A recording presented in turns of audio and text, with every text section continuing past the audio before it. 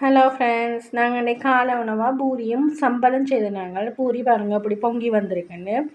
இப்படியான பூரி எப்படி செய்கிறேன்னு பார்த்து நீங்களும் ஒருக்க ட்ரை பண்ணலாம். வாங்க எப்படி செய்யணுன்ட்டு பார்ப்போம். பூரி செய்கிறதுக்கு முதல் பாத்திரம் எடுத்து அதில் 1 கப் கோதுமை மாவு சேர்க்குறேன். நான் விற்காத பச்சை கோதுமை மாவு. அடுத்ததாக இந்த மாவுக்கு தேவையான அளவு உப்பு சேர்ப்பேன். அது உங்களுடைய டேஸ்ட்டுக்கு ஏற்ற மாதிரி நீங்கள் சேர்த்துக்கொள்ளுங்க. அடுத்தது 1 மேசக்கரண்டி எண்ணெய் சேர்க்குறேன். நீங்கள் உங்கள்கிட்ட பட்டர் இருந்தால் பட்டரும் சேர்த்துக்கொள்ளலாம், அது உங்களோட சாய்ஸ் தான்.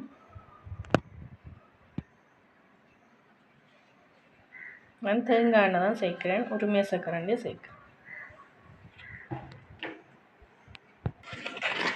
எல்லாத்தையும் ஒன்றா கலந்துடுவேன்.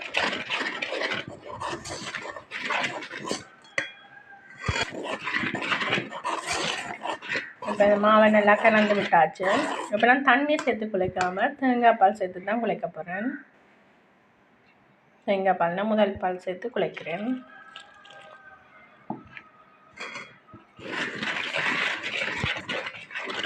கொஞ்சம் கொஞ்சமாக தான் தண்ணி சேர்க்குறேன். ஏன்னா தண்ணி கூடினா பதம் பிழைச்சிடும் பார்த்தா கொஞ்சம் கொஞ்சமாக தண்ணியில் நான் பால் சேர்க்குறேன்.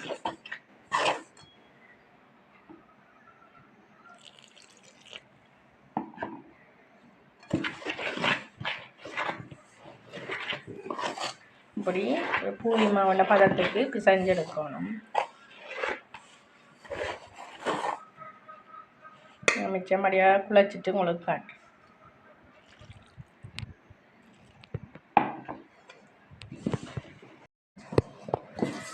இப்போ பாருங்கள் பூரி மாவுள்ள பதத்துக்கு வந்துட்டுது எனக்கு. அதாவது சட்டியில் ஒட்டாமல் சாஃப்டாக குழப்பட்டு வந்துடுக்கு. இப்போ இதை அரை மணி நேரம் ரெஸ்ட்டில் விடுவோம்.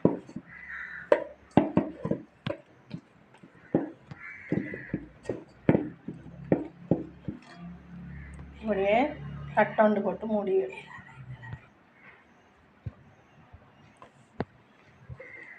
மாவுக்கு மேலால் எண்ணெயும் தடவிட்டு தட்டோண்டு போட்டு அரை மணி நேரம் மூடி வைப்போம்.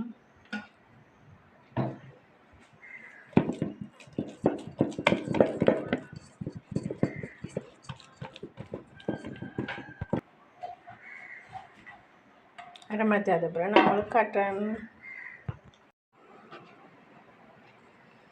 இப்போ எனக்கு அரை மணி நேரம் ஆகிட்டு எப்படிமா இருக்குன்னு திறந்து பார்ப்போம்.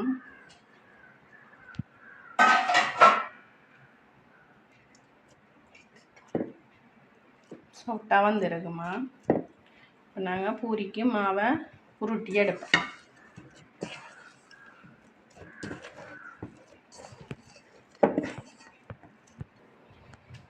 இப்போ நான் தட்டுக்கு எண்ணெய் பூசாமல் மாவு பூசித்தான் என்ன பூரி இந்த சேப் உருட்டி எடுக்க போகிறேன். எண்ணெய் நடுக்க சாப்பிட்டா கொலஸ்ட்ரால் தானே, அதுக்காக.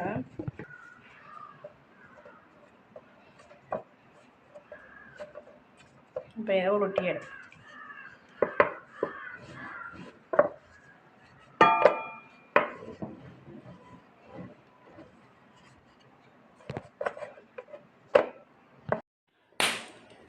இப்போ நான் பூரி பொரிக்கிறதுக்காக அடுப்பு மூட்டி இருக்கிறேன். அடுப்பில் சட்டியை ஈரங்காய விடுவோம். ஈரங்காய பிறகு எண்ணெய் சேர்ப்போம்.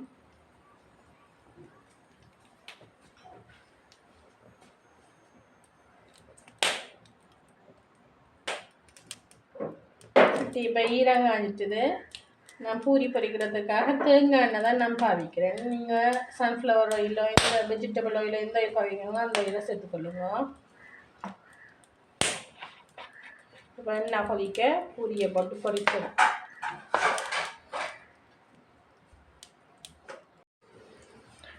இப்போ பாருங்க, எங்களுக்கு எண்ணெய் கொதிச்சுட்டு அப்போ பூரியை போட்டு எடுக்கப்போ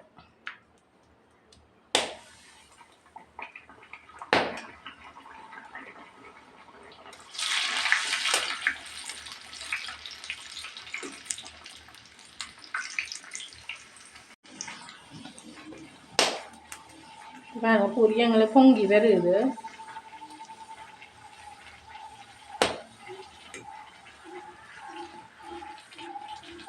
சூப்பராக பொங்கி வந்து கரண்டியால் தட்ட தான் பொங்கி வரும். இப்போ இது மற்ற பக்கம் திருப்பி விடுவோம் 2 பக்கம் விடுறதுக்காக. அதில் அப்பளம் மாதிரி பொங்கி வந்திருக்குது. நீங்கள் நமக்கு ட்ரை பண்ணி பாருங்க இந்த முறையில் எப்படி வருது உங்களுக்கு கமெண்ட் பண்ணுங்க. லைக் பண்ணுங்க, ஷேர் பண்ணுங்க, சப்ஸ்கிரைப் பண்ணுங்க.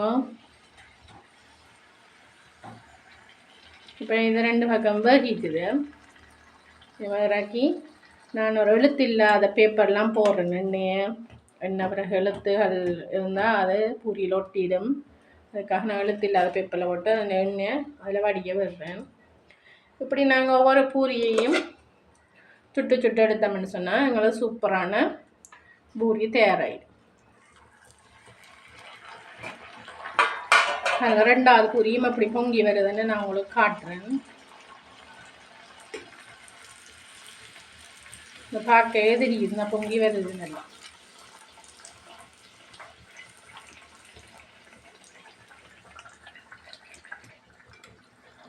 ரெண்டு பக்கம் வரத்துக்காண்டி மற்ற பக்கம் அதே மாதிரி திருப்பி வைக்கணும்னா உங்களுக்கு சூப்பரான பூரி தயாராகிட்டுது. ஒரு பிளேட் ஒன்று நாங்கள் ஒரு போட்டு காட்டு.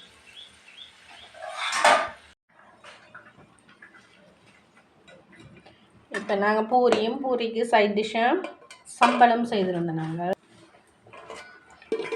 பூரிக்கு நீங்கள் உருளைக்கிழங்கு மசாலா போட்டு கறி வச்சாலும் நல்லா இருக்கும். நான் சம்பல்லாம் செய்தேன்னா எப்படி இருக்குன்னு அவங்களுக்கு பிச்சு காட்டுறேன் பாருங்க.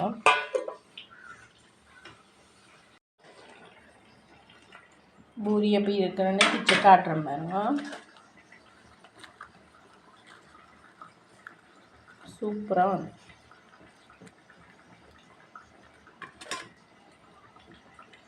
thank you, thanks for watching.